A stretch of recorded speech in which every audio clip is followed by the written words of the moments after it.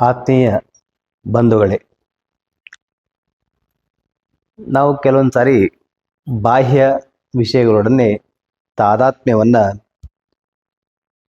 ಹೊಂದುತ್ತೇವೆ. ಅನಿವಾರ್ಯತೆ. ಹೊರಗಿನ ವಿಷಯಗಳು ನಮ್ಮನ್ನು ಏಕೆ ಇಷ್ಟೊಂದು ಬಾಧಿಸ್ತಾ ಇದ್ದಾವೆ ಅಂತ ಕೆಲವೊಂದು ಸಾರಿ ಚಿಂತನೆಯನ್ನು ಮಾಡ್ತಾ ಇರ್ತೀವಿ. ಕೆಲವು ವಸ್ತುಗಳು, ವ್ಯಕ್ತಿಗಳು, ಅಧಿಕಾರ, ಸ್ಥಾನಮಾನಾದಿಗಳು ನಮ್ಮ ವ್ಯಕ್ತಿತ್ವದ ಭಾಗವಾಗಿ ಬಿಡುತ್ತವೆ, ಅಥವಾ ಅವೇ ನಮ್ಮ ವ್ಯಕ್ತಿತ್ವದ ಕೇಂದ್ರವಾಗಿ ಬಿಡುತ್ತವೆ. ಅವುಗಳನ್ನು ಕಳೆದುಕೊಂಡರೆ ನಮ್ಮನ್ನೇ ಕಳೆದುಕೊಂಡಂತೆ ಭಾಸವಾಗುತ್ತದೆ. ನಮ್ಮ ವ್ಯಕ್ತಿತ್ವದಿಂದ ದೂರವಾಗಿ ನಮಗೆ ನಾವೇ ಪರಿಕೀಯರಾಗುತ್ತೇವೆ. ನಾವೇ ಸೃಷ್ಟಿಸಿದ ಸಂಪತ್ತಿಗೆ ನಾವು ದಾಸರಾಗುತ್ತೇವೆ. ನಾವೇ ಕಟ್ಟಿಸಿದ ಮನೆ ನಮ್ಮ ಬಂದೀಖಾನೆಯಾಗುತ್ತದೆ. ನಾವೇ ಹುಟ್ಟು ಹಾಕಿದ ಸಂಸ್ಥೆಗೆ ನಮ್ಮನ್ನು ಮಾರಿಕೊಳ್ಳುತ್ತೇವೆ. ನಾವೇ ಬರೆದ ಪುಸ್ತಕವು ನಮ್ಮ ಆತ್ಮವಾಗಿ ಬಿಡುತ್ತದೆ. ಹೀಗೆ ಅಧಿಕಾರವೇ ನಮ್ಮ ಜೀವನದ ಕೇಂದ್ರವಾಗಿ ಬಿಡುತ್ತದೆ. ಹೀಗೆ ಬಾಹ್ಯ ವಿಷಯಗಳೊಡನೆ ತಾದಾತ್ಮ್ಯದಿಂದ ನಮ್ಮಿಂದ ನಾವೇ ದೂರವಾಗುತ್ತೇವೆ. ಇದನ್ನೇ ಸೆಲ್ಫ್ ಅಲೈನೇಷನ್ ಎನ್ನುವುದು. ಅವುಗಳು ಯಾವಾಗಲೂ ಇತರ ಬಾಹ್ಯ ವಿಷಯಗಳನ್ನು ಅವಲಂಬಿಸಿರುವುದರಿಂದ ಬದಲಾವಣೆಗೆ, ಹಾನಿ ವೃದ್ಧಿಗಳಿಗೆ ಒಳಗಾಗುತ್ತಿರುತ್ತವೆ. ಮತ್ತು ಈ ಎಲ್ಲ ಬದಲಾವಣೆಗಳು ನಮ್ಮಲ್ಲಿ ವಿವಿಧ ಭಾವ ವಿಕಾರಗಳನ್ನು ಕೆರಳಿಸುತ್ತವೆ.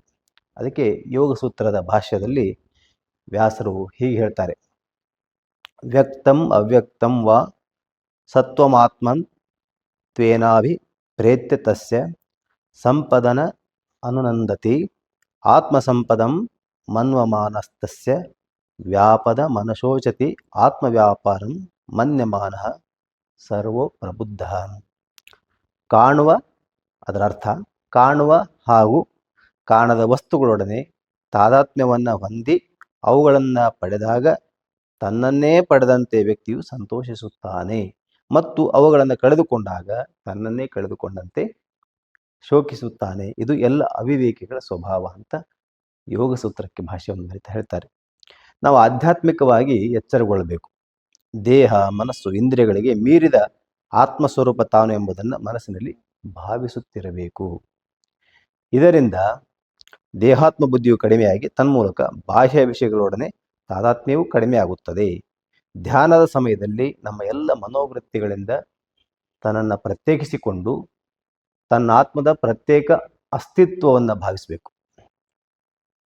ಅಲ್ಲಿ ನಾವು ಆತ್ಮದೊಡನೆ ತಾದಾತ್ಮ್ಯವನ್ನು ಹೊಂದಬೇಕು, ಹೊರಗಿನ ವಿಷಯ ವಸ್ತುಗಳನ್ನೇ ತಾದಾತ್ಮ್ಯವನ್ನು ಹೊಂದಬಾರದಂತ. ನಮ್ಮ ಈ ವ್ಯಕ್ತಿತ್ವ ಎಂಬ ವ್ಯಕ್ತದಲ್ಲಿ ಸುಂದರವಾದ ಎರಡು ಹಕ್ಕಿಗಳಿವೆ. ಒಂದು ವ್ಯಕ್ತಿತ್ವ ಎಂಬ ವೃಕ್ಷದಲ್ಲಿ, ದೇಹವೆಂಬ ವೃಕ್ಷದಲ್ಲಿ. ಅದನ್ನು ಉಪನಿಷತ್ತಿನ ಒಂದು ಕಥೆ ಅದು. ಒಂದು ಹಕ್ಕಿಯು ಸಿಹಿ ಕಹಿ ಹಣ್ಣುಗಳನ್ನು ತಿನ್ನುತ್ತಾ ಹಾರಾಡುತ್ತಿರುತ್ತದೆ. ನೋವು ನೆಮ್ಮದಿಗಳ ಎರಡನ್ನು ಒಂದಾದ ಮೇಲೆ ಒಂದರಂತೆ ಅನುಭವಿಸುತ್ತಿರುತ್ತದೆ. ಇನ್ನೊಂದು ಹಕ್ಕಿಯು ಮಾತ್ರ ಮೇಲಿನ ಕೊಂಬೆಯಲ್ಲಿ ಶಾಂತವಾಗಿ ಕುಳಿತುಕೊಂಡಿರುತ್ತದೆ. ಅದು ಯಾವ ಹಣ್ಣನ್ನು ತಿನ್ನುವುದಿಲ್ಲ, ಏನನ್ನು ಮಾಡುವುದಿಲ್ಲ. ಸುಮ್ಮನೆ ಕುಳಿತು ತನ್ನ ಸಹಜಾನಂದವನ್ನು ಸವಿಯುತ್ತಿರುತ್ತದೆ. ಈ ಎರಡು ಹಕ್ಕಿಗಳು ಆತ್ಮನ ಎರಡು ಮುಖಗಳನ್ನು ಪ್ರತಿನಿಧಿಸುತ್ತವೆ. ಕೆಳಗಿನ ಹಕ್ಕಿಯು ದೇಹಾತ್ಮಭಾವದಿಂದ ಕೂಡಿದ ಸುಖ ದುಃಖಾದಿಗಳನ್ನು ಅನುಭವಿಸುವ ಸಾಮಾನ್ಯ ಜೀವಾತ್ಮನನ್ನು ಅದು ಪ್ರತಿನಿಧಿಸುತ್ತದೆ. ಮೇಲಿನ ಹಕ್ಕಿಯು ದೇಹೇಂದ್ರಿಯ ಮನಸ್ಸುಗಳಿಂದ ಪ್ರತ್ಯೇಕವಾಗಿ ಏನನ್ನೂ ಅನುಭವಿಸದೆ ಕೇವಲ ಸಾಕ್ಷಿಯಂತೆ ನೋಡುತ್ತಿರುವ ಕೂಟಸ್ಥ ಆತ್ಮನ ಪ್ರತೀಕ. ಇದು ಮುಂಡಕ ಉಪನಿಷತ್ನಲ್ಲಿ ಬರುವಂಥ ಕಥೆ. ಮೇಲಿನ ಹಕ್ಕಿಯೇ ನಮ್ಮ ನಿಜವಾದ ಸ್ವರೂಪ ಆಗಬೇಕು. ಈ ಹಕ್ಕಿಯೊಂದಿಗೆ ನಮ್ಮನ್ನು ನಾವು ಗುರುತಿಸಿಕೊಳ್ಬೇಕು. ಈ ರೂಪಕವನ್ನು ಮನಸ್ಸನ್ನು ಇಟ್ಟುಕೊಂಡು ನಾನೇ ಆ ಮೇಲಿನ ಹಕ್ಕಿ ಎಂದು ಭಾವಿಸಬೇಕು. ನಾವು ಕೆಳಗಿನ ಹಕ್ಕಿ ಅಂತಿದ್ದರೆ ಬಾಹ್ಯ ವಿಷಯಗಳ ಬಿರುಗಾಳಿಗೆ ತುತ್ತಾಗಿ ತತ್ತರಿಸಬೇಕಾಗುತ್ತದೆ. ನಾವು ಕೆಳಗಿನ ಹಕ್ಕಿ ಅಂತಿದ್ದರೆ ನಮಗೆ ನಾವೇ ಅನ್ಯರಾಗುತ್ತೇವೆ. ಅನ್ಯ ವಿಷಯಗಳಿಗೆ ಸಂಬಂಧಿಸಿದ ಏರಿಳಿತಗಳು ನಮ್ಮನ್ನು ಬಾಧಿಸುತ್ತವೆ.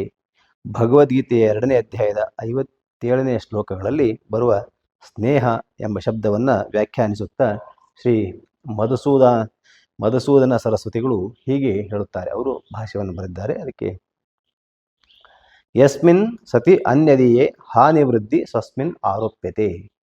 ಯಾವುದರ ಮೂಲಕ ಇತರ ವಿಷಯಗಳಿಗೆ ಸಂಬಂಧಿಸಿದ ಹಾನಿ ವೃದ್ಧಿಗಳನ್ನು ತನ್ನ ಮೇಲೆ ಆರೋಪಿಸಿಕೊಳ್ಳಲಾಗುತ್ತದೆಯೋ ಅದೇ ಸ್ನೇಹ ಅಂತ. ಹಾನಿ ಮತ್ತು ವೃದ್ಧಿ ಹೊರಗಿನ ವಿಷಯಗಳಿಗೆ ಸಂಬಂಧಿಸಿದೆ ಹೊರತು ಆತ್ಮನಿಗೆ ಸಂಬಂಧಿಸಿದ್ದಲ್ಲ. ಆತ್ಮನು ಏನನ್ನು ಕಳೆದುಕೊಳ್ಳುವುದೂ ಇಲ್ಲ ಮತ್ತು ಪಡೆಯುವುದಿಲ್ಲ.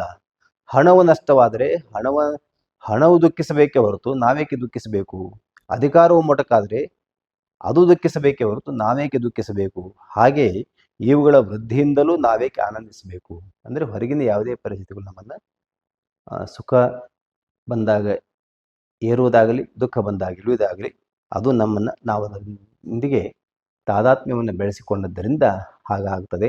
ಆದ್ದರಿಂದ ನಾವು ತಾದಾತ್ಮ್ಯವನ್ನು ಬೆಳೆಸಿಕೊಳ್ಳಬೇಕಾಗಿರುವಂಥದ್ದು ನಾವು ಆತ್ಮ ಆಗಿದ್ದೇವೆ ಅಂತಕ್ಕಂಥ ಭಾವನೆಯೊಂದಿಗೆ ನಿರಂತರ ಅದೇ ಭಾವ ಇದ್ಬಿಟ್ರೆ ಅದು ದುಃಖವನ್ನು ನಾಶ ಮಾಡುತ್ತೆ, ಸದಾ ಸಾಕ್ಷೀಭೂತವಾಗಿ ಆನಂದದಿಂದ ಕೂಡಿರುತ್ತದೆ.